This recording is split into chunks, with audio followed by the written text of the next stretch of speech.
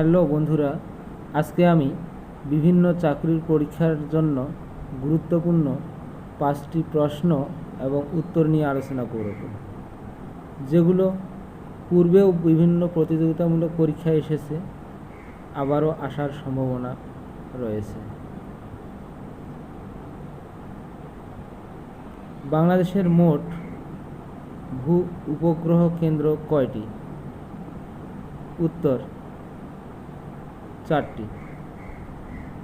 বাংলাদেশ সরকারের প্রধান আইনজীবী অ্যাটর্নি জেনারেল।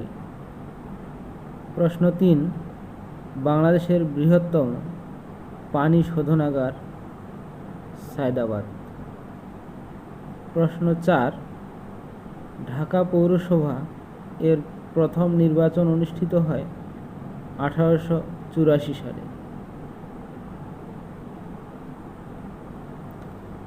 মুক্তির গান চলচ্চিত্রের নির্মাতা তারেক মাসুদ।